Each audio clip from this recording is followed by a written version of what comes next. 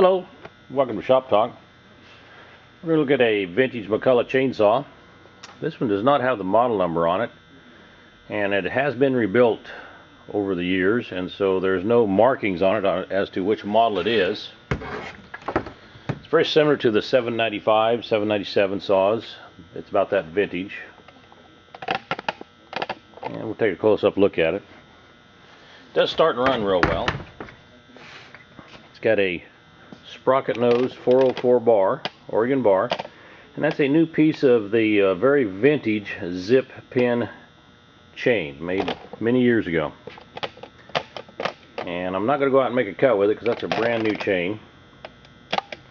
I'll let the new owner go out and cut with it if he'd like.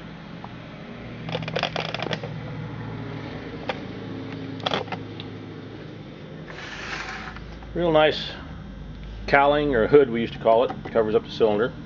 It's in good shape. Has a primer on the right.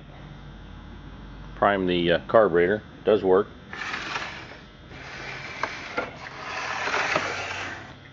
Oil tank up front there with the automatic oiler. Large falling spike.